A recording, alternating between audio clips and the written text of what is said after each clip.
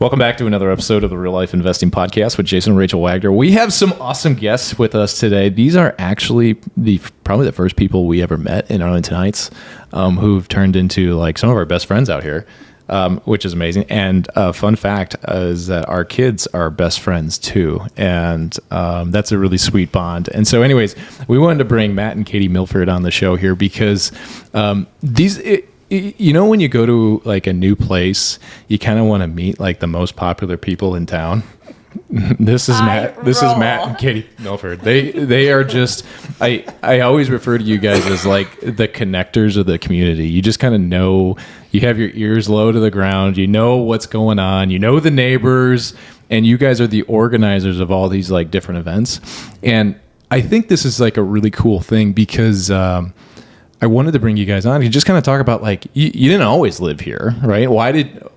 How is it for somebody that might be listening to this show, how is it that somebody can maybe go into a new community and find a way to say, hey, I really want to plant some roots here. Like, I really want to get to know everybody and get myself involved. And kind of like, if you guys could walk us through your process of like when you first came to Arlington Heights and like what you did from there to kind of ingrain yourselves and kind of be in this little, mastermind community that you kind of have. It's super cool. So yeah, I'd love to. Well, first of all, thanks for the invite to be on this podcast. It's awesome.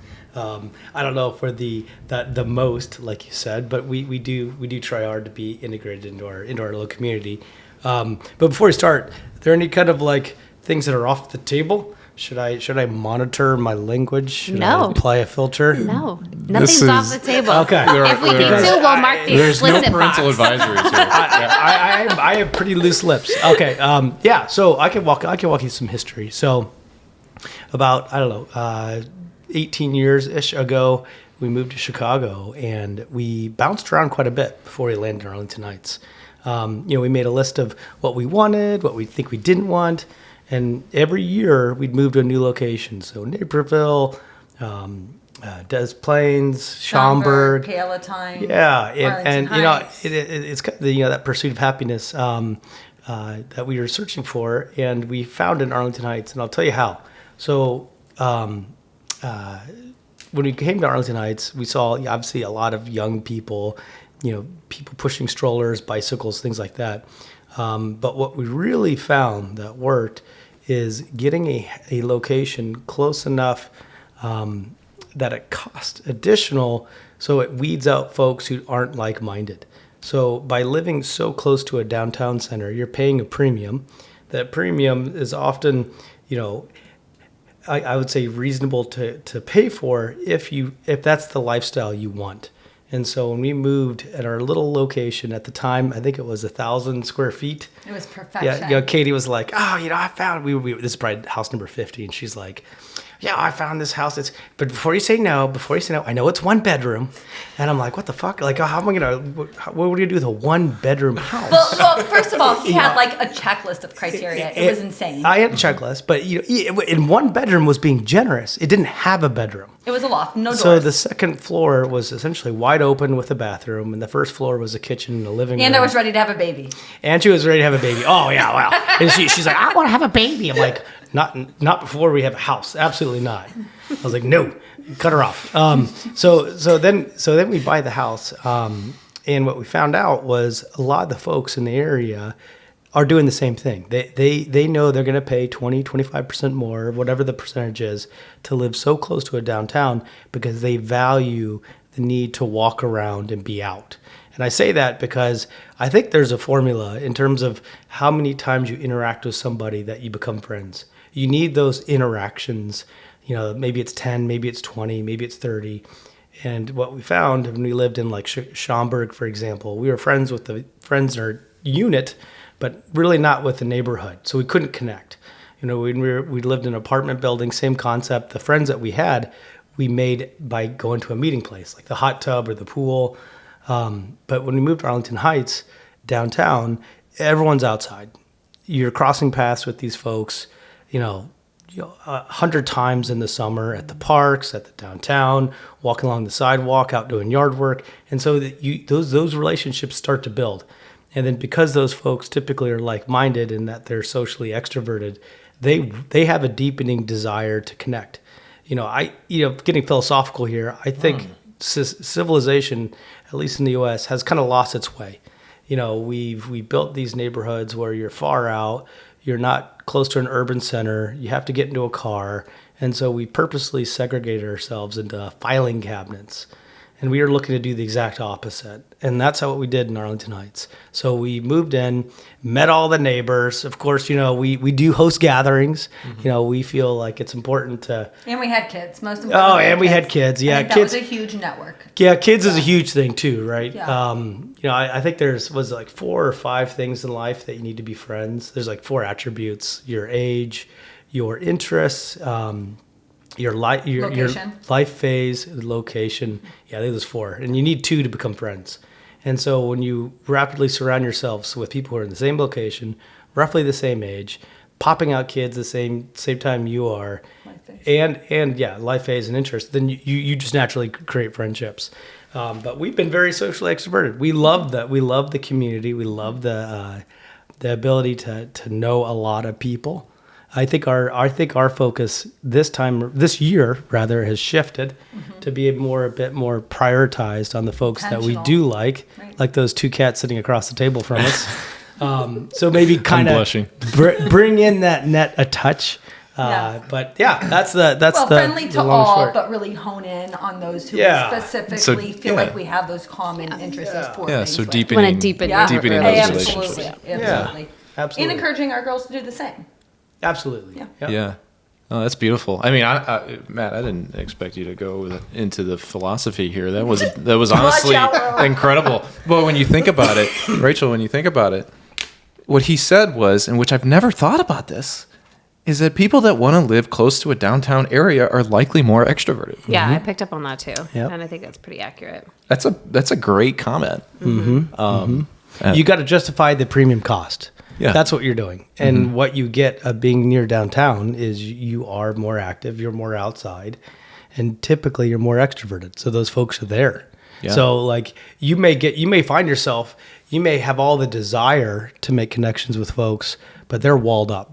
They purposely self-isolate, and that's perfectly fine. If you want the gigantic house out on 2 acres, you probably aren't prone to make friendships, as easily as someone who says, I'll take my little 1/8 acre, my little guy, I can just mow my lawn with a push mower, and I will make friends, because I value those things that it provides. It's the proximity to folks, it's the downtown accessibility, and it's the parks and all that fun stuff. It's the opportunity. It's like a true opportunity of we're going to take this smaller property, and there's an opportunity that comes with that maybe is more intangible, which is you get to know everybody and people. And so let's talk about the 4th of July parade and what happens at your yard. It's funny. We moved in. And before we moved in, we were looking at the house and we were walking the neighborhood. And that's really when it sunk in to me that this neighborhood is special, because the neighbors themselves that lived there came out of their houses in a few instances and came up to us and were like, "Hey, are you guys looking at buying that house?" And we're like, "Yeah." They're like, "Well, get fucking ready, because Frontier Days is insane. It's insane." Like, well, what is Frontier Days? Well, it's 5 days, right, of a festival in the park that's a block away. And what happens during this festival, the whole neighborhood shuts down. People take off work. They set bars where their front porches. They roll out their little refrigerator. They set up tiki bars. It becomes this 5-day vacation for a lot of folks in the neighborhood. They purposely take off work and really enjoy it and embrace it. And the introverts disappear. And the introverts, hightail it to, out of town. So totally. So it becomes like a really hotbed of connection with neighbors. It becomes this, annual event that kind of shuts down the neighborhood. Everyone takes off work and, drinks too much. Anyways, long story short, they came out and they're like, "Get ready for this." And then they said also the parade. And that's what we found about the parade. It runs right by our house. So it runs, directly to the side of our house. It's 2.5 hours long. And the first year or two, we were just enthralled with it. We invite like a couple family members, some neighbors, and a couple neighbors. Right. But then we, as we create a lot of relationships with some of the neighbors, we realized, not all of them obviously lived on that road. So he's like, oh, well, let's just come to our house. So it's become this annual event that I try to make bigger every year. My wife tries to shoot down some of my ideas. He's a little wild. Yeah, when mass produced one year, it's like 200 hot dogs, is boiling them the morning of. Oh, Like, it's Correct. incredible. He was having his sister-in-law boil them. yeah, that's true. Well, you gotta That's true. delegate. I love that you have the driveway fridge. Yeah, It's not a cooler; it's the driveway fridge. Yeah, we push out. Yeah, I think that was new last year. Yeah, I think we so. just Every year rolled out something a new. full-size refrigerator right out in the driveway, along with tents and all that fun stuff. So, And just to give people a sense, you're talking like, I remember seeing this invite list. It was like over 100 people Right. Yeah. that were on the invite list. it's to come almost to your bigger. house It's and- almost as big as the Christmas party that we host. Yeah, It we'll is- get to the Christmas Yeah, party. it is. It is almost as big as that. So It's super fun though. It's easy. It's fun. It's entertainment. It's like the best definition of hosting a party. I love Because that you it's all call done it for you. easy. Hey, we're gonna invite 100 people over to our front yard, and you call it easy. Well, because it's this beautiful thing where the event is right there. So we literally just give our space, and everyone has a blast. It's the easiest definition of a party for me. yeah, Yeah. the entertainment's included. The 2-hour parade comes down our street. Totally. But yeah, it's a wonderful thing, Yeah. and it's going to be our annual party as long as we're there. Right. I don't see any stopping to it. Yeah. Totally. Yeah. Totally. And that's like a Because- criteria for you too. Like if you guys make any change, you got to be on the parade route. So it's crazy that you say that, yes, because that is literally what he will revert back to. As you Yeah. know, we will like loftily look at different places, and that is part of what one specific house was so appealing to me because it was still on the parade route. Because this is one of his, I'm going to loosely say, demands. It's Oh, it is. It is. Yes. Well, Parks it and- even impacted our landscaping plan, our fencing plan. Correct. Well, I got to have the yard. What little sliver of yard we have. We got to have it available for this big annual bash. Yeah, it's awesome. It's so fun. So fun. and so, all right. So then you do the Christmas party, and walk us through the Christmas party, because we had the privilege of going this last year, which was Yeah, it was incredible. awesome to And see you like, guys.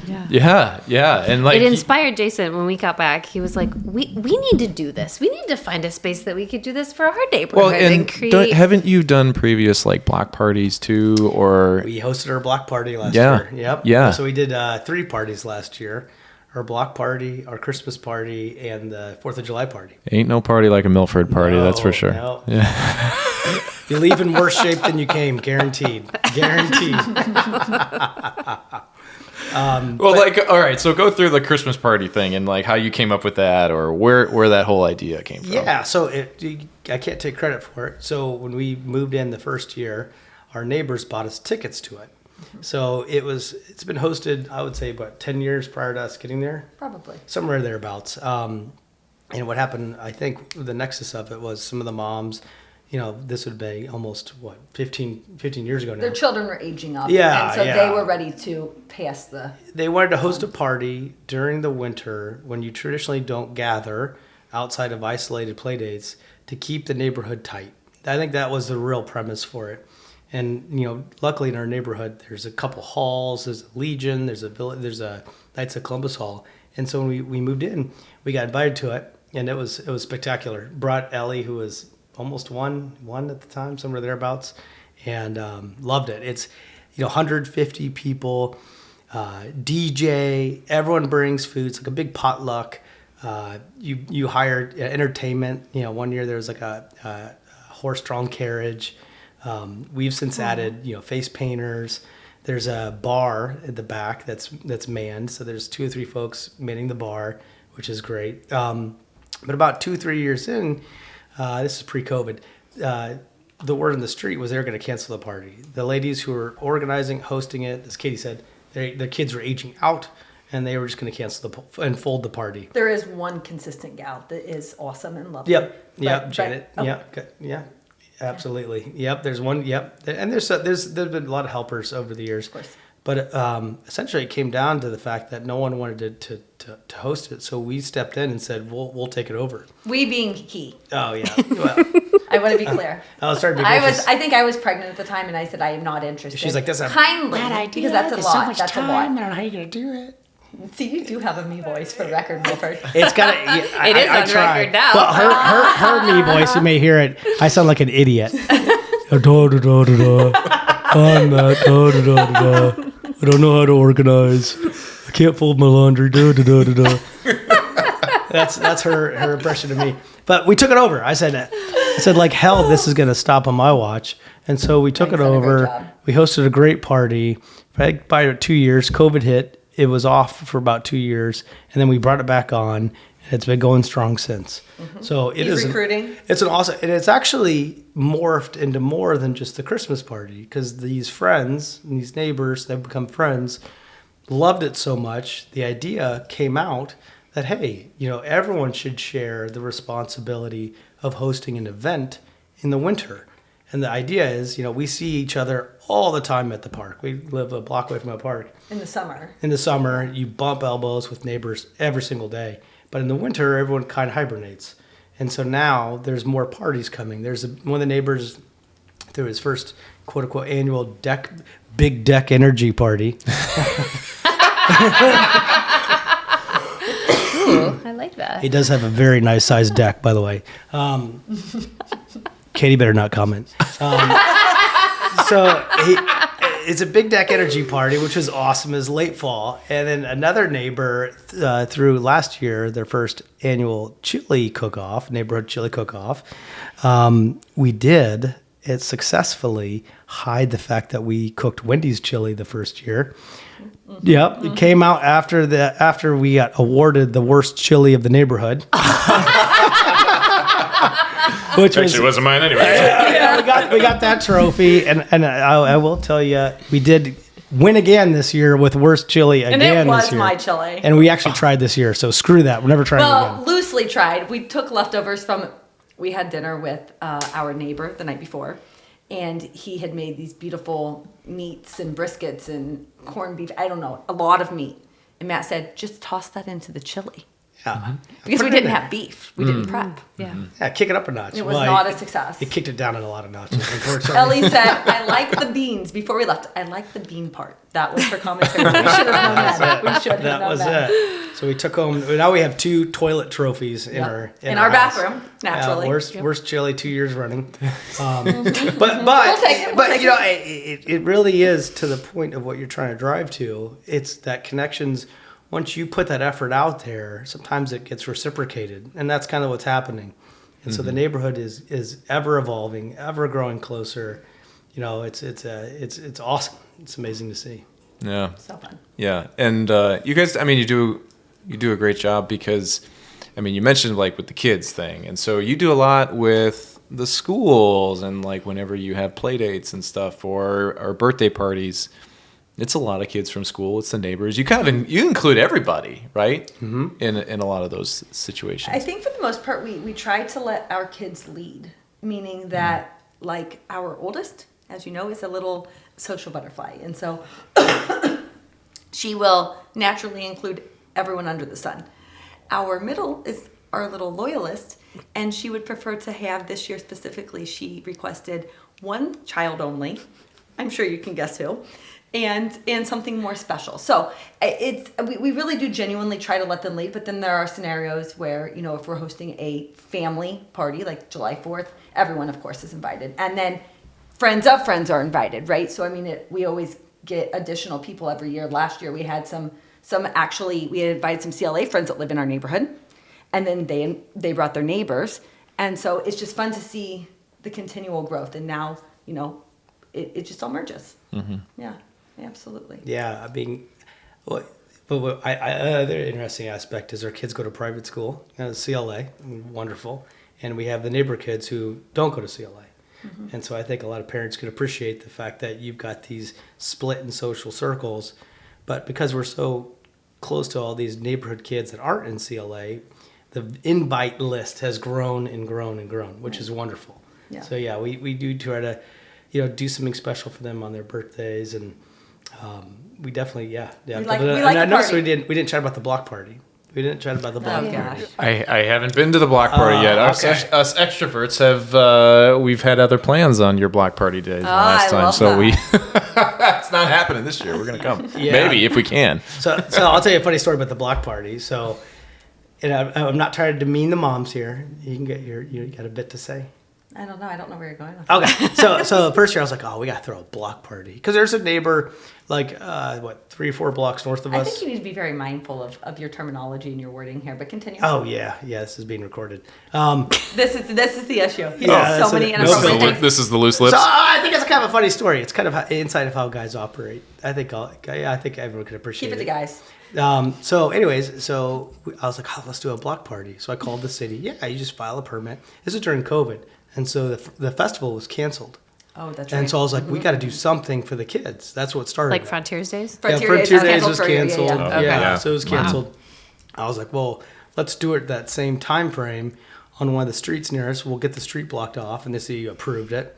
And then Frontier Days came back, which is a funny part of the story because then they couldn't cancel our block party. Oh, So they would normally only got never approved, approve a right. block party that close.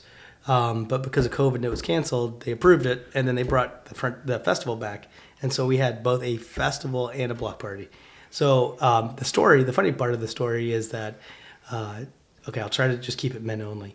It got to planning phase. Okay, how are we going to do this? So I messaged a couple of the dads. Let's go to Eddie's. Eddie's is a local bar. Mm-hmm. Let's do it at Eddie's. So we go to the bar. I think we're probably like 2-3 beers in. Okay, we got to figure this out. I was like, all we need is the bounce house. The rest will fall together. So we booked the bounce house. That was it. We're done. And then what happened was the word got out, the block party invite, the date got set, and everyone pitched in.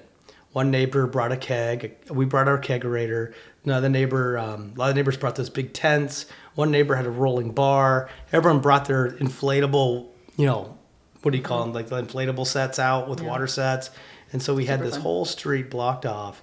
And then, the other neighbor actually hired a band to play at his back porch, cooked out a lot of meats, Joe, who was mentioned earlier. And so, by ragtagging this thing together in the last minute, it was an unbelievable party. Right. Wow. It went from noon till 1 a.m. wow. So people were out drinking whiskey, out smoking cigars. I almost think it was almost 2 in the morning. It was super fun. It was an all-day event. It was spectacular. And so we brought it back last year, and it was awesome. Every other year, right? Is that?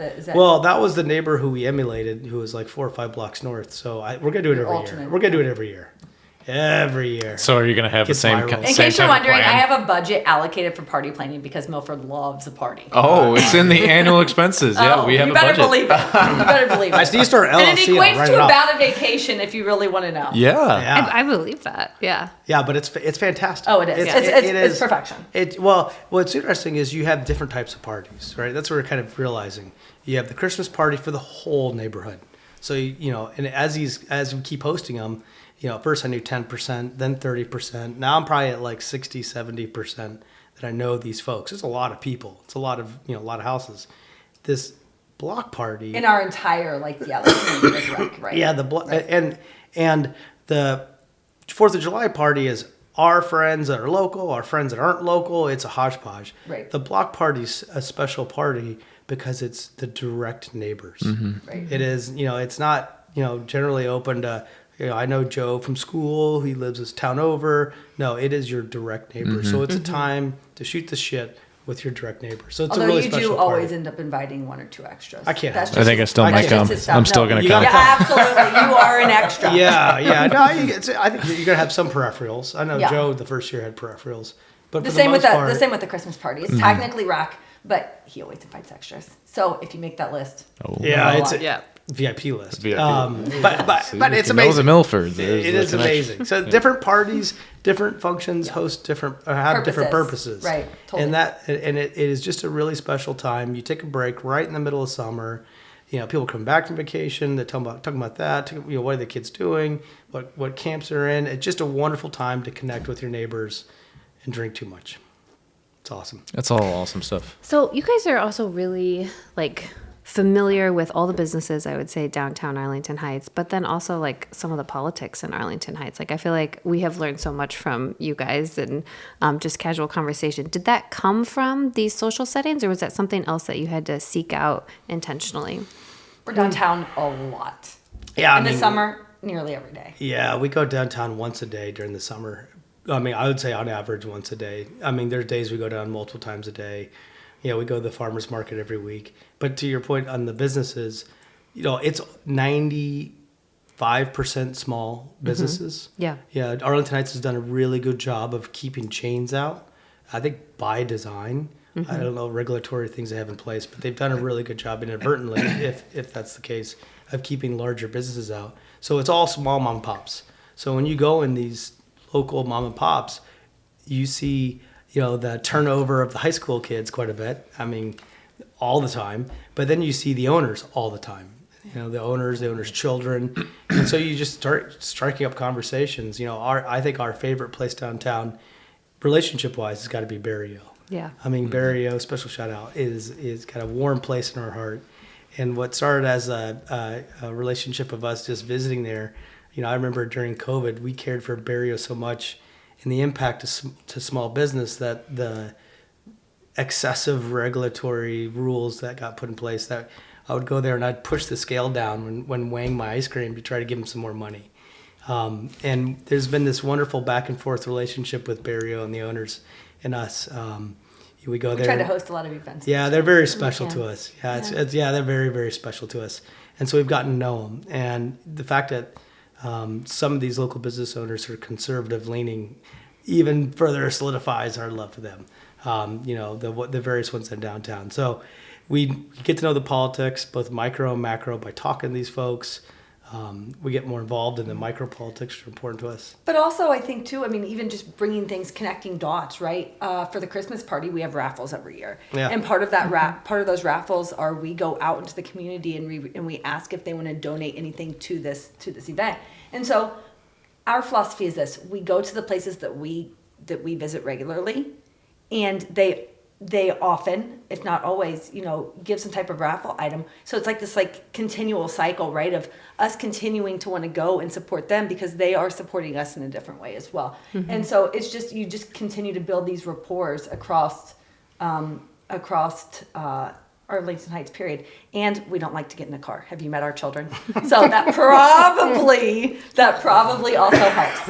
Yeah, we don't like getting in a car. Yeah. Well, it goes back to losing our way. I mean, I think that connection to your local business. I would get into a golf cart, Matt. I know. Yeah, Katie's pushing me to get into it. Yeah. We were in Key West last summer. Yeah. We rented one. You guys would love 38. It's all golf carts. And Arlington Heights, we should probably get it before. We talked to our buddy Dave. You could get a golf cart. It's allowed. Is it really? It's allowed. Well, at PDO, I remember seeing they would drop off kids. Yes. They'd have car seats right on these nice golf carts, and they just drop them off. Come on, Milford, get with it. All right. I know. And it's allowed. And if they ever were to put a rule in place later on, then we're going to miss that window. I suspect you could potentially be grandfathered in. So there's a lot of reason to get it. Yeah. Yeah. This summer. Yeah. So this summer, let's go buy one. It's a garage space. That's the tricky part. That is the hard part. That's the tricky part. But You just got to add on to your garage. That's okay. I know. Well, Yeah. the rules. It's like 750 square feet. It's 14 and a half feet tall. It's kind of tough. Yeah, they make it kind of tough. But yeah, a golf cart would be amazing. I'm all for it. Let's do it. Can't go back now. It's recorded. I know, right? I know. I would love it. I would love Big it. eyeballs. But yeah, a golf cart is, the way I think about it, it's, you kind of have to wait till there's a critical mass of people who are driving them to make them safer for the neighborhood. So I think we've seen 2 or 3 so far. I think so, yeah. 2 or 3. So you think maybe by 5 or 10, there'd be enough awareness where you're driving a vehicle with your infant children that doesn't have airbags, that would raise awareness to make it just a touch safer. That's my only fear. Yeah. My rebuttal is that you're not going above 20 miles an hour downtown Arlington Heights anyway. Well, for record, this is also the gal that doesn't want Ellie driving the scooter. That's true. He lets her drive her own scooter on the road. Yeah. Teach her how to drive her on the road. Well, you see those electric, what do they call them? The stand-on ones? Well, across busy roads, you already vetoed me, and you drive with her on the road. Yeah, so we do. I lost that battle. Yeah, 7 years old, riding a scooter that goes 15 miles an hour. Well, I was 12 before. But she doesn't first cross scooter. busy roads. True. Yeah, she doesn't. But yeah, just the neighborhood roads. Yeah, just the neighborhood roads. So Yeah, you guys are off of busy streets. Like, Yeah. you're not far. And, I think a lot of parents, they have anxiety. I mean, sometimes we have anxiety about this street, which is so funny. There's nobody that drives here, right? Yeah, right. yeah, But it is a street. Like, how do you cope with that? I mean, or how can I maybe look at it a little bit differently when my kid goes and chases a ball that's in the street? Okay, but we have very firm boundaries. Like, how do you go through that? So, well, I like to start off with, to give you an idea of how close we are. Where our property line ends is where downtown starts. Literally, there's not what do you call it? Like an alley. It's just literally our property line is R6 or R5, and then it goes to C1. So we are right there. But what we've done, You're to talking Katie's coding point- terms. Coding, yeah, just to give you an idea. And then the road, Arlington Heights Road, is just west of us, so it's very, very busy. So to Katie's point, from the earliest possible age, we've taught our kids, obviously, look both ways, don't go on the road, et cetera, et We cetera. don't even let them in what is that, the part between the sidewalk and the road? Easement. We don't even let them in the easement. So we train them that they can't go in the easement without permission. Yeah, they They can't can go stay in the easement grass. Yeah, the easement grass. Yeah. But I would say we're more strict than some other neighbors we have. About that. Yeah, we are more on the strict end where we see some That's of our probably neighbors. the only time you'll ever hear that we're strict. Yeah, and some of our neighbors have like free range children. They just kind of out and about in their bicycles and running around the neighborhood, which I'm sure is fine, right? You have to be a little careful. You have to loosen a little bit, and we're trying to cut that umbilical cord just a little bit, but it's tough. I mean, I Katie's feel shaking her head. It's really tough. I mean, Yeah. how do you got to trust your kids a little bit? Yeah. Yeah. Well, we are putting in a fence. You are, yeah. We're putting in. We did settle on a fence for the summer. Yeah. So that we can give a little bit more freedom. Yeah. Freedom in the fence. You're free to do whatever you want Yeah. in this penitentiary courtyard. Well, Katie, You're so dramatic. Katie, I want to talk to you because you are like really good at play dates, and I actually want to I feel like you are able to set up play dates with maybe different families on the same day. Like, I feel like that's Yes. something you've done before, right? Yes. And you're actually really good at coordinating that. But Well- before you get into it, I would say, why are you good at it? Yeah. That's what I want. One yeah. of the big pros of Katie, and I'm just going to say one thing, is Matt talks a lot. No, I don't. Keeping connections. All right, there you go. That's where we fit in like a jigsaw puzzle. Yeah. You talk a lot. Yeah, I do. I do talk a lot. I kid. Gonna regret having me on here. Oh, never. You have good info. Yeah, I think that stems. Yes, I am a very big advocate of play dates, and generally speaking, play dates at the same time. Reason being, so we have two children that are less than 2 years apart, and so I always want to make sure that we have 3 children, but the 2 that are in play date mode. And so if we have a play date with one, we try to coordinate to ensure that they both have a play date, so they both have a buddy. Because otherwise it's like a third wheel, and that's no fun for anyone. So that I feel like is a bit intentional. And Matt just saw Matt sent a sweet text a couple of weeks ago because I was very adamant. Ellie had been requested to go, one of her friends wanted to meet her at a play place. And so I was very adamant about making sure that Lila had a buddy too. You guys were on vacation, in case you're wondering. And so I coordinated, and Matt went and picked up Lila's little buddy, and then met Ellie and her little buddy. And he had texted me when he got there. He was like, "This is amazing. These kids are all playing together, playing beautifully." But that's the goal, right? I want all of my kids to have fun all the time. So that's, I think, the consensus of the dual play dates. And it's just a lot of asking the girls, what do you want to do this weekend? Or is there anyone specific that you want to spend time with? We really do try to let them drive to the best of our ability, assuming it makes sense. And if they say no, we cancel it. Yeah, sometimes they say they want family weekends, right?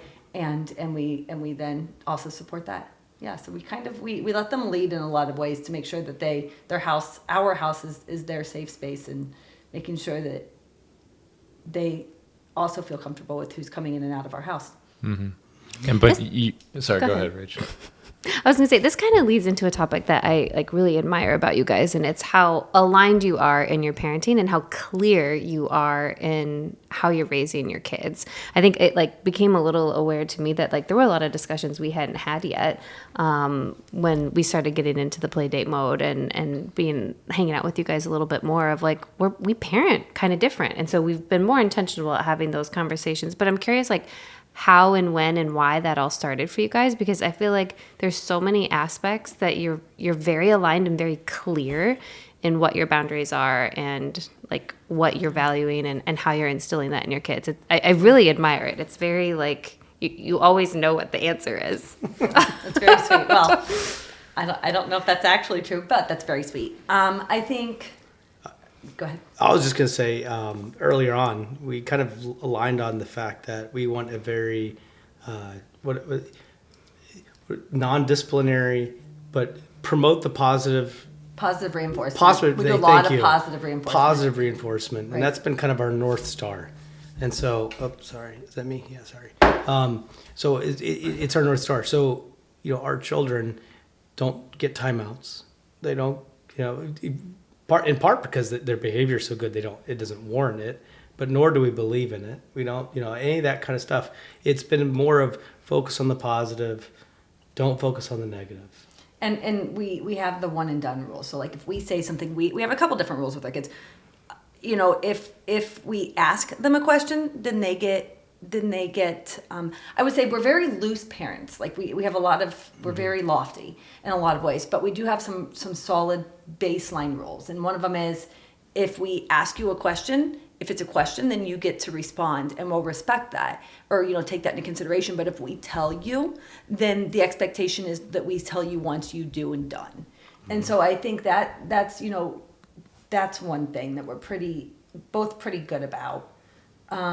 And so, that goes back to the whole safety, right? We live near a very busy road, and 7 years later, we're just now putting up a fence, right, with small children. Yeah.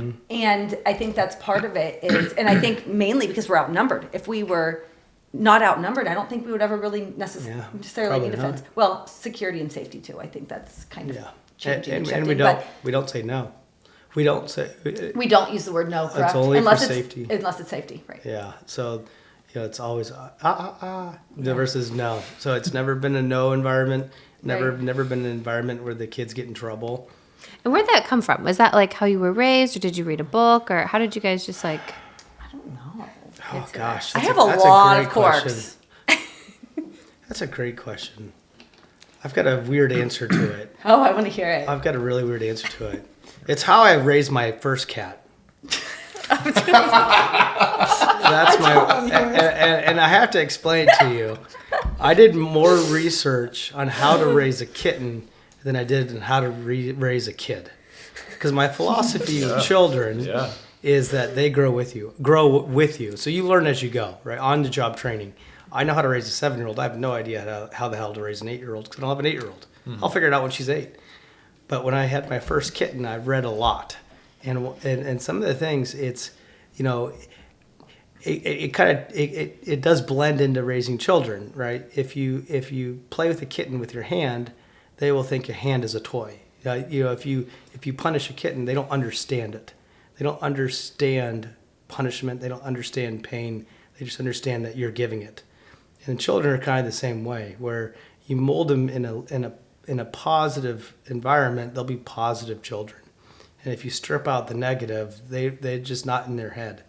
And Matt's family is actually very incredible about like the positive reinforcement as a whole. I think that so maybe part of this does bring from his family is I remember when we first started dating, going out to dinner with his family, and at the time they were, we were in our very young 20s, maybe not even. And so he had lots of little cousins, and they were all just like, we were out at this, I want to say country club, and all the little kids are just running around the table playing. And I'm like, wow, like this is amazing. They're playing, it's beautiful. No one's, commenting, no one's, disciplining, like it's just working. And then, you go into any other restaurant and it's constantly like parents harping on children or grandparents or, sit still, do this, a lot of demands, right? Mm-hmm.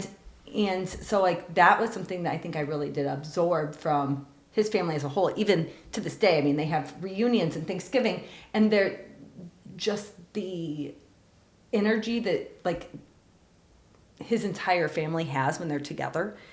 I can't describe it. Like, you just have to see it. Like, it's just very loving and kind and sweet and nurturing. It's a really cool, for me, going into his family. That was a really neat experience that I had never had before. Yeah, that's probably a better answer than the cat one.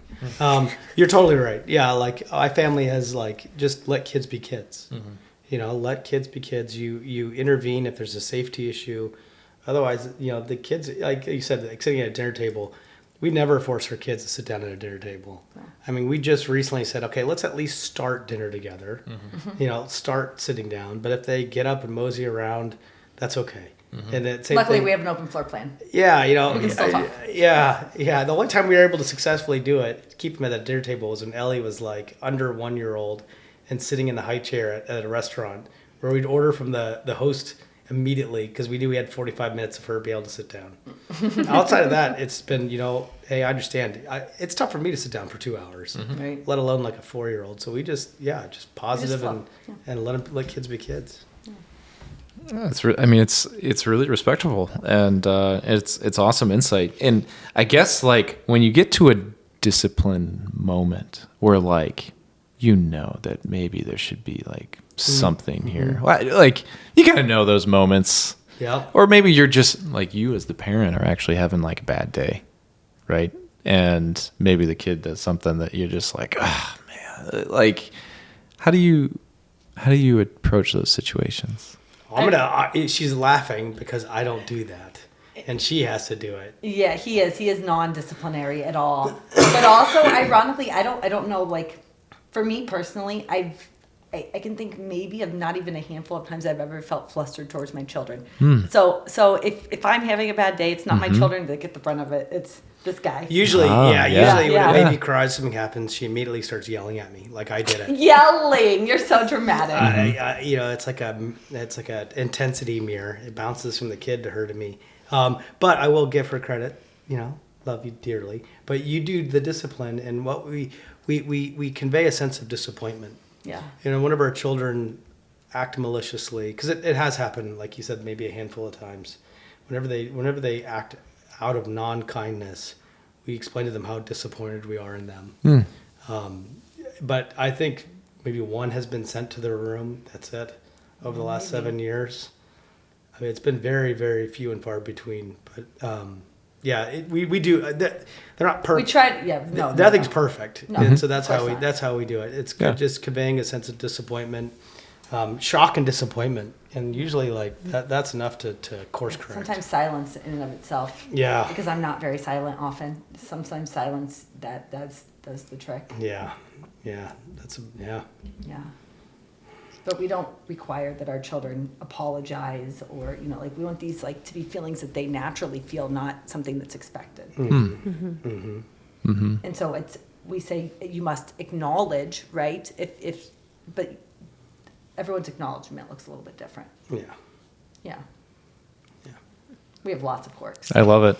I love it. Well, I mean, nobody knows how to parent, right? No. There's no handbook, right? It is every day. And this is the brilliance of like what this conversation is that you bring us insight into how you're parenting, right? And we can absorb some of that, and also we get to know you better, right? Yeah. And it's I think that's also another thing about some of these conversations. Getting to know your neighbors is also kind of learning how they parent, because how they parent does kind of rub off on how their kids are and things like that. And so it's kind of good to kind of piece all this stuff together and have these connections and have these conversations. Yeah. And even to that point with play dates, I am very upfront to traditionally say I can think of maybe 2 families that we will. That our children will go to their houses without us, if even. So you guys can probably think of one yourselves. But I am very specific. I do have, I am particular, and I do want to make sure that my children are in the right environments. And so I think you're right. Part of that is getting to know your friends and knowing what you do and don't feel comfortable with.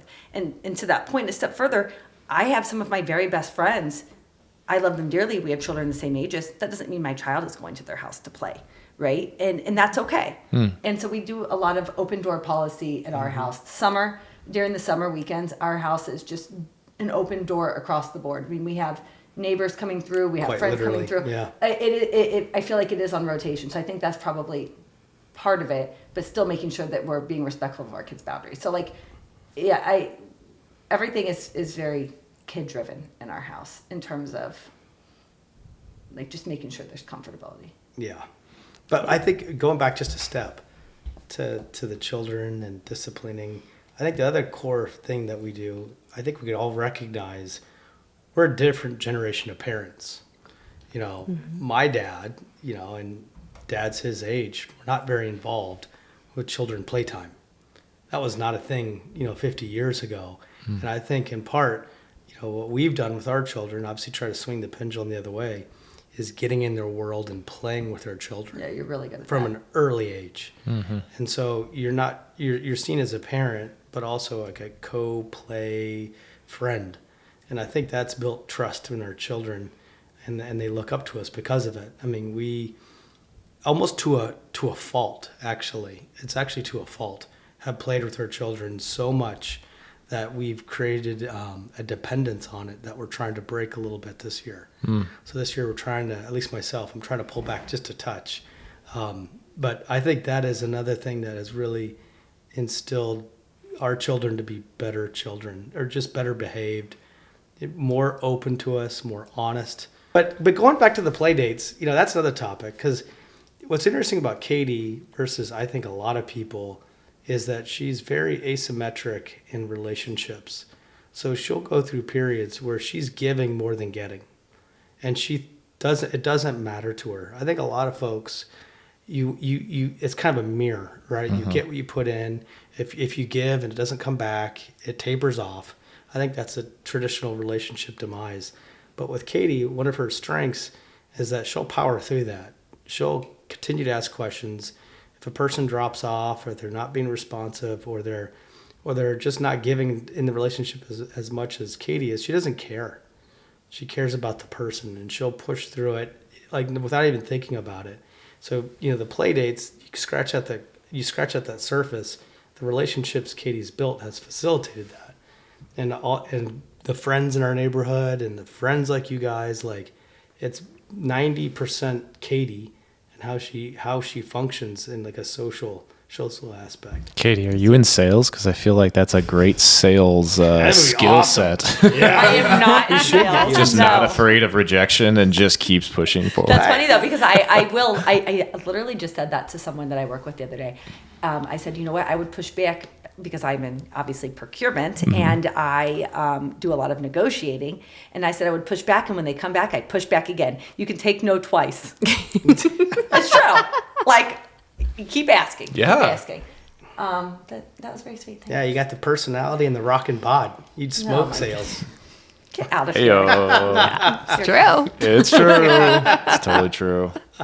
Man, You're so inappropriate. this is why I love you guys. You guys are So awesome. inappropriate all the time. Yeah. So those kids keep coming out. Yeah.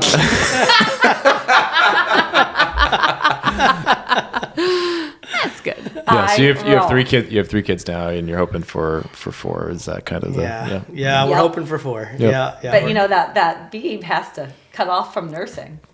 Maybe when she's 5. Yeah. What's that character in Game of Thrones? That's what I think about. That is what I think about too. Yep. But that Oh, is man.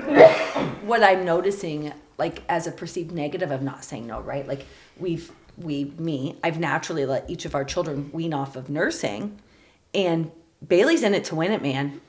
Yeah. She has 0 interest, and no is not my personality. Yeah. And so we're at this tricky point where it's like, okay, we're ready to have number 4, but Bailey is a hardcore no. And no one's telling Bailey no. Actually, I walked in the house last night from dinner, and do you know what I hear Matt saying to Bailey? All right, boss baby, let's go. Little boss, baby. Oh, man. All I the love fun it. things. I All the love fun it. things. So, Well, what report was back it? in What was 5 it years. that the other day was funny. A third kid, right? Like you just do, and I say this in the nicest way possible. You do less and less and less prep, pre-thought for your children. The more How's you your have. nursery coming along? Oh, the furniture's all in there, actually. It's yeah, okay. the Yeah, next- maybe it's just maybe it was us. the same day. I don't remember. I think you guys were here on Sunday. I had Jason move it all. But there's no design, Yeah. right? We just put the Oh furniture yeah, in no. there. There's just no. the furniture's in there. It's There's not- a couple washed items. It's not the Oh my gosh. It's it's just the cute, things she needs. right? The Yeah, all diapers the and basics, wipes. all the It's basics, fine. Yeah. It's fine. Yeah, the it's toys perfect. are out. But yeah, to your point, Matt. Yeah, we've done less and less and less. And honestly, a more important project was me getting my deck done than me prepping for the baby. Rightfully so. It looks beautiful. Yeah, it's There's beautiful. so deck. much truth there. Yeah. Well, We all have different priorities. Yeah. Okay. Yeah, that's your answer to the summer, though. I mean, you've got the yeah, the big deck, Actually, it's a big new deck It was a party. safety Yeah. issue. Yeah. It had to be done. It had to be done. Yeah. The next thing will be the spindles because that's also a safety issue. So What's wrong with the spindles?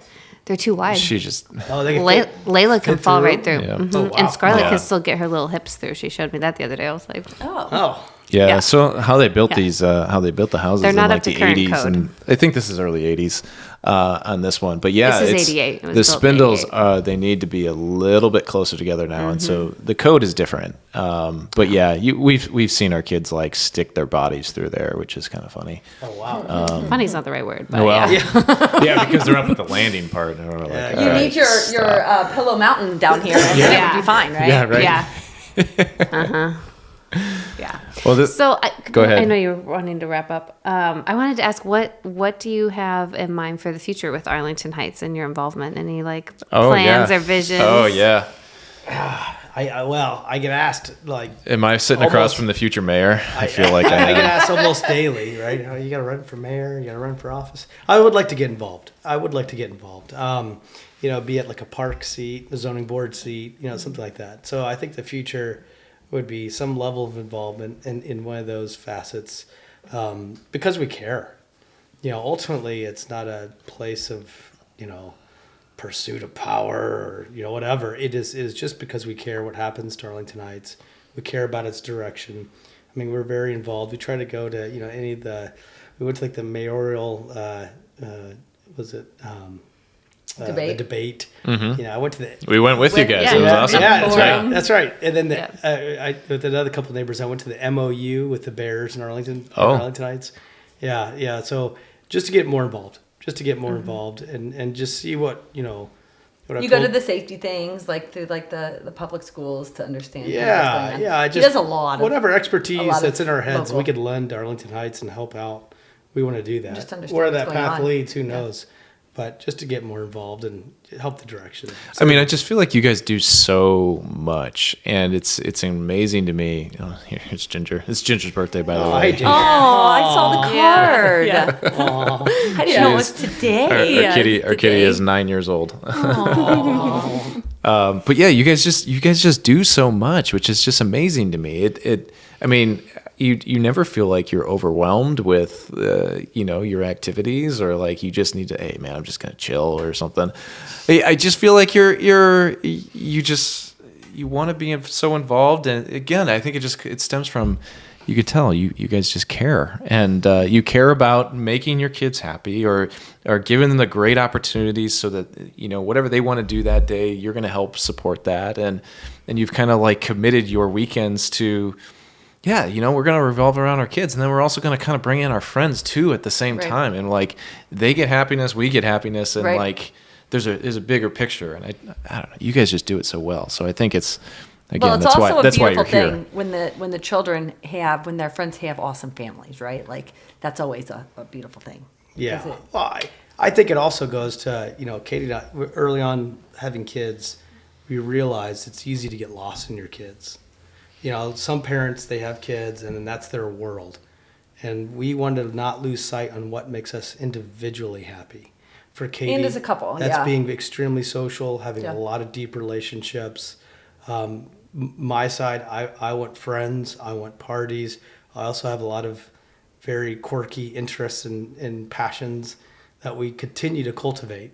And I think that Facts. makes you more well-rounded. I mean, yeah, I think it makes you a better parent, it makes you a better employee at your workplace, and it makes you better involved in your community. So we try to balance it all because we're just constantly pursuing the things that make us happy. by happenstance, it does happen to be being involved. That's just what makes us happy. And, I love our kids dearly, but we also want us to be happy individually. We're we working come on that first. this year too, making sure Yeah, that we come we're setting first. aside time for us as a couple. Yeah, Because it gets trickier the more children you have. it does. It You guys does. are good about Yeah, that. so though, you as well. guys, You're very good. so what are you doing there to kind of like give yourself a little bit more time? Time together. Yeah. I'll tell you one of our secrets. It went from a weekend. I don't know where he's secret- going with this. It's a lot of what. So that's it's important. The real secret is like we have the week split up, and the way we've done it is I have a couple nights to myself, she has a couple nights After to the herself, kiddos are in bed, yeah. and then we have nights together. And what that really does, what the biggest thing it does is, let's say my night is a Thursday night, and I get to play video games, I get to work in my garage, selfishly, uninterrupted. I get my own world. And then Friday night, we'll have a date night, and I've satisfied that need of mine. I know that, that's put on the shelf, and I can fully focus on my wife. And that enables us to just be non-distracted and together. And so it really heightens that quality time versus what was happening in the past was, oh God, I need to mow the lawn. The garage is a mess, or, I want to do one of my hobbies while I'm hanging out with her. So I'm thinking about it. She's thinking, I want to connect with this person and this, that, the other, and we're together, but we're not together mentally. Yeah. Right. And I think Dedicated by doing time. that, it's dedicated time that you've satisfied your other needs, so you can fully focus and be in the moment. Yeah. And it's done wonders for us. Yeah, I think that's good. I think we have a sitter every third Sunday that Yep. comes over for a couple of hours, so we can Yep. we take turns picking and choosing what we want to do. So sometimes it varies, right? Sometimes that's church, sometimes it's eating, sometimes it's going out, whatever. But we do that. And we try to prioritize, pick a day each weekend where one of us sets the priorities and then the other does the opposite day, so we can both accomplish anything that we're looking to individually do. And you guys are both really involved in the whole school drop off too. It seems.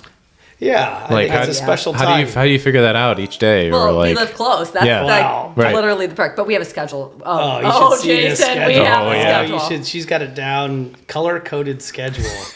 That's got a color-coded. It's show on it to the me door, next time. right? Yeah, Like yeah. in the On the plastic door. thing. Oh, yeah. Yeah, Color-coded I've seen by it. the Both doors. by Yeah. the No letter. confusion. Oh, Yeah. both doors. It is on both doors. And my Upstairs office. too, and his office. It's a whiteboard.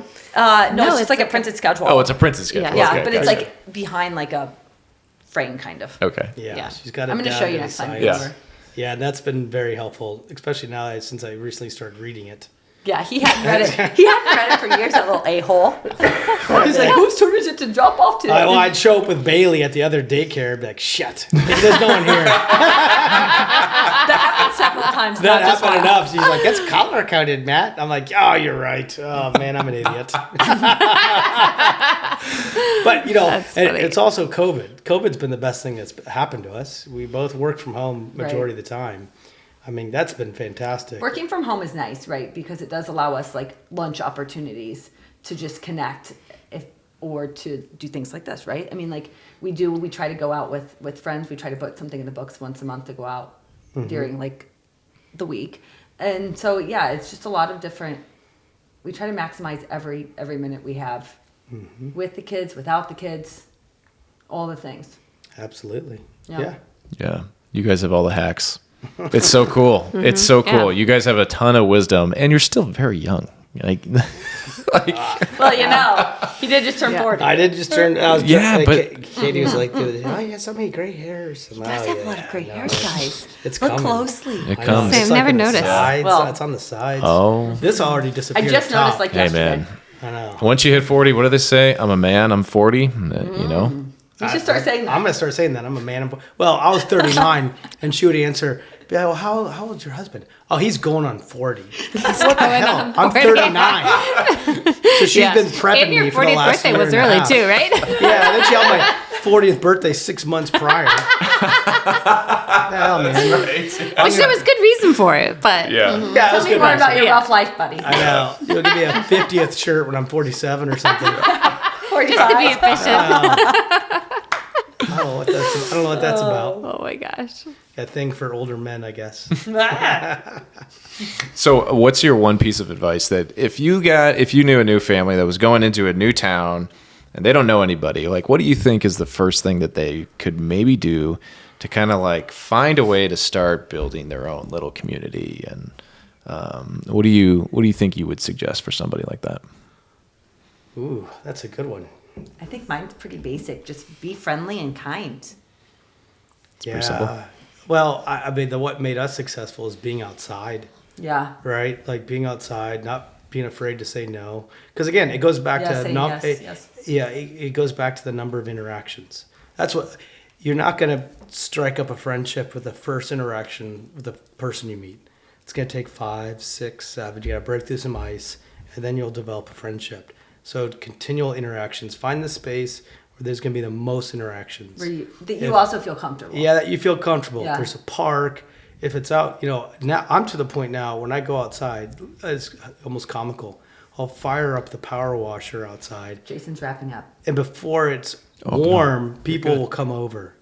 Be outside, true. interact, find interaction places. He says he's taking the trash out, and it's like 45 minutes later because he stopped and talked to like 3 different neighbor people walking walking by. past. Yeah. It's constant combos. Yeah. And is it you, like, because if you're power washing, you've got your head down, but is it really like you're looking around and like checking your surroundings and like, hey, who's coming down? And hey, I want to talk to that person. No, they'll scare the shit out of me. They'll stand next to me. I'll be Greg, what are you doing? Oh man, let me turn this off. Like, it's that friendly of a neighborhood. They will literally. That's funny. What are you power washing? What's going on there? Did you break something? It's wild. It's amazing. It is.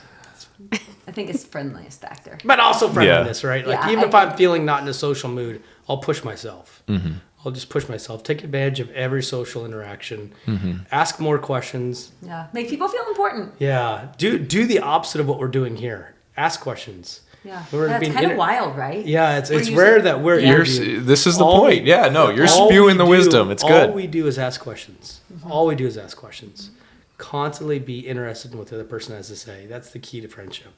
Find ways to connect. The more the questions, you're going to find some commonality, and you're going to connect. You've got to ask questions nonstop. That's it. Yeah, that's awesome. This was a fantastic conversation. Yeah, it was. We didn't even get to the business part. We wanted to get to the business part. What business Ooh, what's the part? business part? Their old business. Yeah, so we used to have a business. So I was working, I'll try to keep it non-elevator spiel, but non-encyclopedia. So I was working, well, that's another funny story. I could go into 1,000 funny stories. I was working at an agency of Illinois, I'm not going to state its name, and I was doing so well that my boss said, hey, Matt, we're going to hire 2 people underneath you. They're going to do your job, and you're going to do this next big thing, which is what I was trying to get to. It's going to take 6 months. We're going to elevate you. You have this awesome spot, do this awesome work. I was like, that's great. So 2 people came in. And in this environment, once they come in, they're hard to get out. That's important to the story. So they came in 6 months, trained them. It's government, right? It's it's government yeah. oversight. Okay. Government oversight. Anyways, so the 2 folks came in. They took over my job. And then pretty much when the keys were out of my hand, my boss was fired. She's gone. She got fired. So here I was. I now don't have a job, but I'm getting paid, and I'm showing up to this office. I finally get a new boss who didn't want that job of being that boss of that department. And I go to her and I'm like, hey, I don't have any work to do. All my work is given to these 2 folks.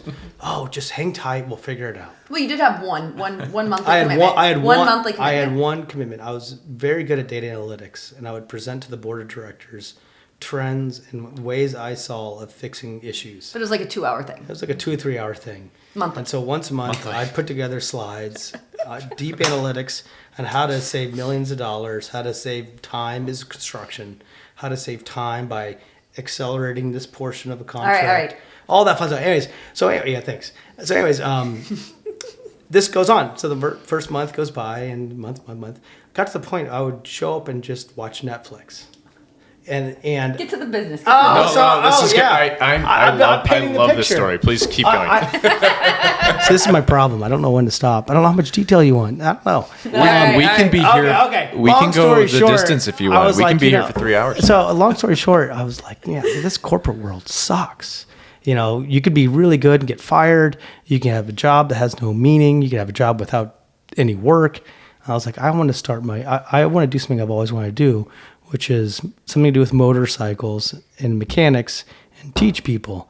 So I came up with an idea that's not new, not entirely new, but to run my own community motorcycle garage, kind of like a gym, right? Like, so you pay a fee, you bring in your motorcycle, and you have a mechanic there to help you.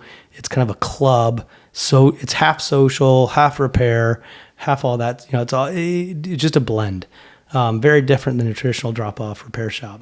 And so over the span of 1 to 2 years, we did all the work, got it imaged, all the legwork, the financial, the legal foundation, the waivers, the attorneys, all that fun stuff, and opened a shop.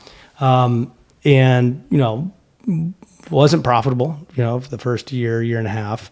And even after that, wasn't very, very profitable. But it was incredible. It was holding its own. It was holding it. It's paying for itself. Yeah. And so I think at the height of it, we had 30 or 40 members. We had 3 bays, computers, tools, a library of stuff. And we ran the shop on the weekends, or I ran the shop. And it became this kind of club motorcycle hangout. It was incredible. It was a passion of mine, I really wanted to do it. Very happy we experienced it. And then after 3 years, we closed it down. We had our first child, and I missed a lot of really important stuff with my first child. I would disappear on the weekends. Katie would be home with her first child and her other lover, and I was very jealous of her. And so I was like, well, I want the second child to be mine as well, so I better close this thing down. I love Matt. So I was like, I better hang up my keys here. And I make the same comments about the milkman that stops by, so don't worry. Right? He does. And she was very disappointed I did, she had to break it off. But it was wonderful. I mean, it was a really cool experience. It is bittersweet. It's very bittersweet. It's a very tough point in my life because I had to choose essentially between attention to my family or the self-pursuit of a passion. Yeah. And I think growing your family is probably the better word, right? Yeah, Yeah, exactly. It's also my wife, right? Attention to my wife too, not just my new child. Right. Yeah, exactly. Or expanding a business, because it was at a point where we either needed to dive full in. I think you guys could probably understand this, right? Mm-hmm. Where you there's these points, right, where you can either dive full in and fully invest. But we were both working full-time jobs still at the time. Right. And then that was an evening, mainly weekend scenario. And so pre-kids, it wasn't a problem, right? Because I could pop in and out whenever I wanted. Yep. And it was just this really nice vibe. And then I got pregnant. And that didn't even matter, because when you're pregnant, you don't want to do anything. You just want to lay on the couch anyway and binge watch dumb TV. Yep. So even that wasn't as obvious. And then baby number 1, she would still come. Ellie would still go to the shop, and we would go and spend time. But it became less and less, right? Because it is a little bit trickier when you have a child and you're trying to merge these worlds of motorcycles and cleanliness and babies. And then when we start talking about growing the family even more, what does that look like, and how do we want that to ultimately look? Yeah, it'd be hard to grow a family working 80 hours a week. Right. Essentially what was happening for 3 years. Right, but I do think it's in his future again. I hope it is. I think it would be an awesome retirement option. Yeah. Because it was a lot of fun. He cultivated that vibe that we have right now in downtown Arlington Heights of going there and it being kind of that. He calls it like the cruise, right? The cruise feel. Yeah. He did that with motorcycles and still has great friends to this day that really are still part of our network. Yeah. Totally. Yeah. That's the long and short of it. Oh, it's amazing, man. Yeah, it's so cool. It makes me really kind of like think about our whole situation. I spend a lot of my weekends, like right now I'm in super busy season as a real estate agent. It's just like spring market where I'm like constant, every single day I'm out doing something. And that's Saturday, Sunday. And a lot of times like it's in the fall time, I can really, have those times. But right now, I don't. Yeah, our lifestyle is very seasonal. Yeah, yeah, and so I mean, as you kind of comment on like, man, I really missed a lot of those really important moments, which is true. I think at the same time, I don't always feel that way, that I'm missing things, because I am here. Like, I work from home. I think that is that's a big thing. Right. Like, I'm not in the office. Right. So I see still present. I see my kids when Yeah. they come home from school, and That's been a big piece of why we haven't gotten an office, is how different things would look if you actually left for the day and didn't come home until... Right, yeah, and if I didn't come home, right, exactly, Yeah. yeah. And I think that's the flex. I do have a flexible schedule, but at the same time, I don't. It's just not a traditional flexible Yeah, schedule. right. Yeah, it's And, very not traditional. Yeah, but I still I feel like I still get a lot of FaceTime with the kids, and but obviously I'm always trying to scale that back, and like I would love to be a part of more like play dates, and I think that I'm hey, I might be able to do it one time, but I can't do it consistently. Yeah. And I think you're pretty good about it. I try. I try. I feel like you're intentional. Yeah, I try. I think the hardest thing is like one thing that I love, like your guys' system with your schedule and everything. And I have wanted that for so long, and I'm finally like accepting the fact of like, we are day by day, because we We're really totally kind of day by have day. to be day Yeah, by day. So it's like connect in the morning. What's your day look like? Yeah. What's our day look like? Okay. How is this going to work? And Yeah, you it's wouldn't, working now. You like, wouldn't now that we're believe both the on life of a same real page. estate agent is so sporadic. It's so sporadic. But I literally can't. It's very, very difficult for me to have something scheduled every single time or every single week at the exact that same makes time. sense. And you're Because not people's it is demands. always different, because there's Well, and always a even a different couple deal we're days ahead of negotiating. time.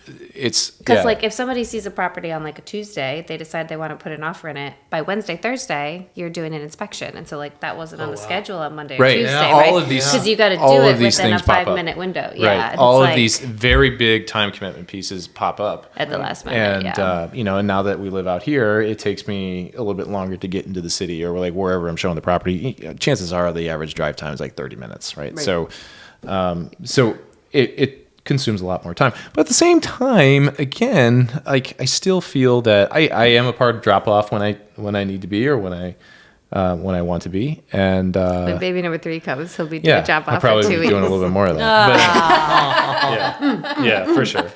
We'll see Jason in the halls. Yeah. But I can really relate to what you were saying. It's like everything's like a cost benefit analysis, right? Yeah. It's like it's a trade off of your time, and we've had several of those conversations of like even like me, like not working, like that wasn't ever like the intent, but I see how much of an impact that would have on our family if I did go back to work right now. Right. It's like it doesn't really make sense, because we need that stable piece for our kids and for our family. Right. And so it's Yeah. like Yeah, you're you the gotta look at stability. those Wow, things. the Yeah, stability. totally. Yeah, you have totally. to. You have Well, and to that's make the beautiful those decisions. thing, right? Yeah. Is every family looks different, and Yeah. every dynamic looks different, and as long as it works for you and your family, that's And it's a That's all that phase, matters. like you said, right? Like you think this will come back for him, and I think work will come back for me sometime too. It's like just like this phase of life, and yeah, making it work. absolutely.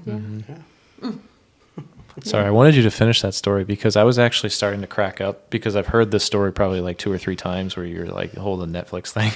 And then Katie cut you off, but it's actually really Well, funny. there's I'll tell you one more. I cut it off because you've heard it 2 or 3 times. Okay. I want to hear it again. He was like, I'll tell you what. The most interesting piece of the story, when I realized, like, okay, this has gotten to point to be ridiculous. It was probably about 4 months in, and I was exhausting my Netflix library. But Because you're at this point, you don't have any work. I don't have you any just work. got a new Just a couple boss. hours The of the new board boss thing. has no idea what you're doing. Yeah, yeah. It was one of the things, a piece of work I did was really interesting. I was able to determine, anyway, I don't want to get into anything proprietary, but anyways, I did a big slide deck presentation that led to some serious changes, and it was probably like a Thursday. It was past 5 o'clock. I was, halfway through a movie. It was a really good one. I don't remember what it was. When I go into the office, I immediately take off my dress shoes. My slippers are there. Slip into my slippers, and it's probably like 5:45, 5:50 p.m. Everyone's gone for the day. I'm sitting there by myself. We got my headphones on, and then I'm watching this movie on my screen, and I hear this ringing, and it's my desk phone. this is, 10, 15 years ago, and the inner phones, right? So the phones in between offices in the building. And usually my process is to let it ring and go to voicemail because I didn't have a job. Sounds like a true They were government calling. job, They were huh? calling. I kid. They were calling me for something that I necessarily wasn't responsible for. So I figured out if I just ignored it, they would find someone to get help. And so I'd usually ignore it. So it had a lot of dust on it. Anyways, so it was like almost 5:45, 5:50, and the phone's ringing, and it was my boss's boss on the caller ID, and I'm like, shit, this is it. I'm out. The gig is up, and I'm like, well, okay, better take off my slippers, put on my shoes. I answer the phone, and he's like, Matt, what are you still doing here? I'm like, I'm just wrapping something up. Oh, he's like, wow, that's great. Did you get, so you're doing overtime? Yeah, because I would get overtime for this because I'm working after hours. I'm like, yeah, I am. Go, okay, well, come on up to my office. I need to talk to you immediately. And I'm like, okay, this is it. I hang up my phone. I go upstairs. And he's like, sit down. And it's just me and him in this big conference room. And he's like, close the door. And I don't know why I was closing the door. There's no one there. So I close the door and I sit down. And he's like, Matt, I just want to say what you've been doing is phenomenal. It's made such an impact. We've saved this money. We've saved this time.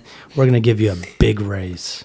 And I remember at the time, I was pissed off because either A, fire me, or B, let me finish this movie because I had to pause it during a really good point in the movie. And he's telling me this, and I'm like, oh, I got a raise? So he's like, here's your new salary amount. This is a substantial increase. And I was like, oh, thank you. I really appreciate it. I'm going to go wrap up. He's like, I'm so impressed that you're even here after hours getting this done. Really appreciate it. Thanks for all you do. Bye. And I went, finished my movie, clocked in the overtime, and left for the day. It's a true story. It's a true story. It's the wildest thing in my life. In his defense, I say this often, but I do genuinely believe Matt is probably like, I know he comes across as very funny, but he's actually the smartest person I know. And the wild thing about him is he is so efficient, and he tells me guys are lazy, and so guys want to find the quickest route to figure out a solution. And so what he does at work, he literally does this, right? And so it's just this continual process wherever he is. He comes in, he recognizes a process that may take, I'm just going to say generically 10 hours, and then he hacks it, does his thing, and then it gets down to 1 hour, right? Yep. And so he repetitively does this everywhere he goes. And so to a traditional worker, it would take them that 10 hours. It only takes him just that 1 hour, but in theory, it would take anyone else that amount of time. Yeah. And so he doesn't always give himself enough work credit. That's so the why they value gave of the you work raise you were there, doing. man. Right. Because, I mean, he's putting out really high valuable information Yes. in less than 2 hours in a month, right? Yeah. I mean, that doesn't just happen naturally. There does have to be some. Yeah.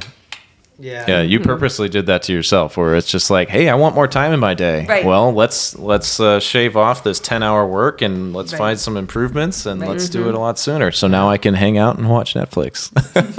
you got to be smart to be lazy. Yeah. Oh, that's great. That's good. You have to be. Yeah. I tell Kay that's right. Men are the laziest people on the planet, but that's led to almost every invention that we have. How to do it quicker, easier, and better. That's it. It's the key. Laziness is so important. I don't want to work. I want things to work for me.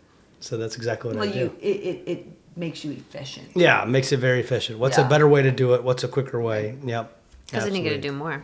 Right. Yeah. Yeah, you can do a lot Or more. less. Or less. Or less. It's really less. Or less. Yeah. Or less. More parties. Love it. That's true. So awesome. fun. All right. Well, Milfords, thank you for joining us. This was awesome. Thank you. I guess how we wrap up this conversation is always like, what's the biggest takeaway from the conversation? And Rach, we'll He start always with you. makes me go first. Aww. I think turn the pendulum. Yeah. I know. I have a couple times. So I'm like, I'm not there yet. Yeah. I think I want to get my words right here. I think my biggest takeaway is your guys' intentionality with community. I mean, you at the very, very beginning of the show had such a analysis of what you were looking for and why you were looking for it and how to find it and then how to maintain it. I mean, it's really like a formula for, building root or planting roots and feeling connected and finding your own pursuit of happiness, I think is what I heard you say. And I don't know that enough people take enough time to actually analyze what they want, to be able to identify how to find it and then find it and keep it. I think you really laid out a very clear formula for how to do that. And I think people are going to find that useful. Yeah, how to find it and keep it, because there's a lot it was of all the steps. This was a fascinating conversation. Honestly, this is going to be really fun to re-listen to. I think a lot of people can learn a ton from this, because I feel like in today's world we kind of lack that whole human interaction because everything is so screen driven, right? And we have a lot more of our social interactions now just happening on social media. And believe it or not, you guys don't have. Yeah, we didn't talk about that. You guys don't Maybe have that's social part of media. neither of us do. You guys are still so do you have old something? school. I have Facebook with no friends, just for Marketplace. That's it. That is it. But Jason asked me a really good question the other day. He said, how does Matt send, what did you tell me? What is Well, you're an ex. All right, so where this all ended here was we were going back to the fact that you guys don't have any social media, right? And so basically what I've recognized is that you keep it old school and you go back to the human interaction. Mm-hmm. And you're not like the older generation doing that. You're this generation doing that, which I think is super special. And so I think for anybody that's really kind of listening and it's like, how do I build a community? Well, I think we have to go back to the roots, right? And it's not necessarily being on social media and organizing these things. It's literally going out and like talking to your neighbors and asking if you guys want to do a block party, right? And being the person that organizes, I've realized I've gone to a ton of networking events. The person that organizes the networking events is always the person that gets to know everybody. Because they're coming because they know you, because you're the organizer and you typically have a tie to somebody in that room. And so when you can be in the position of being the organizer, it just kind of grows your popularity but like you just get your network expands. Yep. And you get to meet a lot of great people. And then, but you also just brought up like great stuff too, which is like, how do you maintain those relationships? So just because I know you doesn't mean that we have a great relationship, and you guys are going a little bit deeper on like, how do we, find the people we really like to be around and really deepen it. But you've brought some great tips. Ask questions, right, to the other person. And so I think these are all like literally simple things that people can walk away from like after listening to this conversation. And I think that's one of like, the takeaway for me. So I have to ask you guys did a lot of the talking, which is great. So now you have to reflect on what was the biggest takeaway from some of your comments. Well, I will let ladies go first. Oh, that's convenient, kind sir. So Jason always supposed to be. Now you're the gentleman. Called out. Yeah, good question. I think it's just a friendly reminder for me. I am like a firm believer of if I want to have a conversation or know something about you, I'm going to text or I'm going to schedule a time. And so I think it's just affirmation that like that works, right? And even just like this is a podcast, but it's also still hanging, right? And it's still hanging and learning. And so I think that's probably my biggest takeaway is just like affirmation that I like the style in which we do connect. Yeah, because it works. Yeah. Yeah, because how many times are you in conversation with people? You're like, oh yeah, we should grab lunch sometime, or oh yeah, we should grab coffee and talk about that, and then it never you just don't have the initiator, right? You don't have the person that follows up. But to that point, the reversal is I am actually intentionally trying not to be the initiator of as many things this year, because that's one of my 2025 goals, because it's okay that I don't always have to initiate. I can just sit back and enjoy as well. So it goes a little bit. I think that's part of the being intentional aspect, but it can go both ways. You're up, Milford. Well, first of all, I think a couple takeaways. One being, it's interesting being interviewed. You know, I feel like we could have done a better job asking y'all questions. No, that's not the point of this. Okay. But maybe we should make it the point. We can do a reversal next time. Yeah. You guys could totally host a podcast. Yeah, we for totally sure. could. We totally Yeah. could. The takeaway is, I think the reason why we like you guys. I mean, you guys are very down to earth. You're very inquisitive. You're just a great set of folks that we equally as admire. I mean, your listeners probably can't see, but I don't have quite the chiseled physique. You know, you guys. We didn't even talk about. Katie does. We didn't even talk about the 75 hard where. You guys did a 75 hard. And we did the 30 mid. Well, Talk about that. I call it the 50 chubby. Oh my gosh. But we admire a lot of stuff about so you many, guys. right. I mean, you guys, I appreciate the, telling us that we're really good at socializing and stuff like that. And we try. But we've got a lot of areas for growth that we realize that you guys excel in, and we really appreciate. The individual growth, I think, to your point, they both very much excel in and we admire about you. And so that is something that, we've had those individual conversations growth, of what do we individually want to do. Like, because that is inspirational. Yeah. I love that about you guys. Yeah. And then I think lastly, I mean, it's just pleasant to have these type of conversations. I mean, I think that's the takeaway. It's a pleasant conversation. We want face-to-face interaction, face-to-face bonding. That's what we prioritize. Like you said, with the lack of social media, we don't get that dopamine hit when someone likes a post that we post or a picture from one of our vacations. We get that dopamine hit talking to people, talking to people about it or having conversations. So it just affirms that I think our direction is a good direction. It's fitting for our purpose. Yeah, so it's been a lot of fun. So really appreciate it, guys. Yeah. Thank you. Yeah. Oh, this is awesome. Well, we could totally do it again, and we could go into. We'll find a lot more conversation. I mean, we didn't talk about we didn't talk about what we regularly talk about. What do you regularly talk about? Oh, it's like more from. Well, you guys threw a great party, and we were so lucky to be invited to that, which was the inauguration party. Oh, yeah. So this, we've been really into real estate, but also conspiracy, politics. Ooh, we need to play health, catch up. Awesome. More Yeah. taboo topics. Speaking of, I saw a girlfriend yesterday, and she totally made me think of you because she had her MAHA sweatshirt. Oh, on. Maha, yeah. Yep. You have your cute And little my hat. Yep. yeah. Oh yeah, we could talk on that. Yeah. Oh yeah, I mean, and that's the fun part, right? So the four of us always go out to dinner, and we, half the time we're talking about that, and and then half the time we're talking about the kids, and and it's just great. It's really enjoyable, and so. Anyways, it's a special bond, and we're really fortunate to have you guys here on the show, and to continue the relationship. And the best part is that our kids are friends, which are That's really amazing. great. And Lila's first friend ever. Yeah. Like Jason said, you guys were the first people we met at the school, and it just so happened that our kids became best friends. Yeah. Lucky. It's amazing. So cute. So, all right, guys. Well, thank you for listening to the show. If you found any value in it, which I'm sure you did, tons and tons of wisdom out of this one, please share it, and we will catch you on the next episode.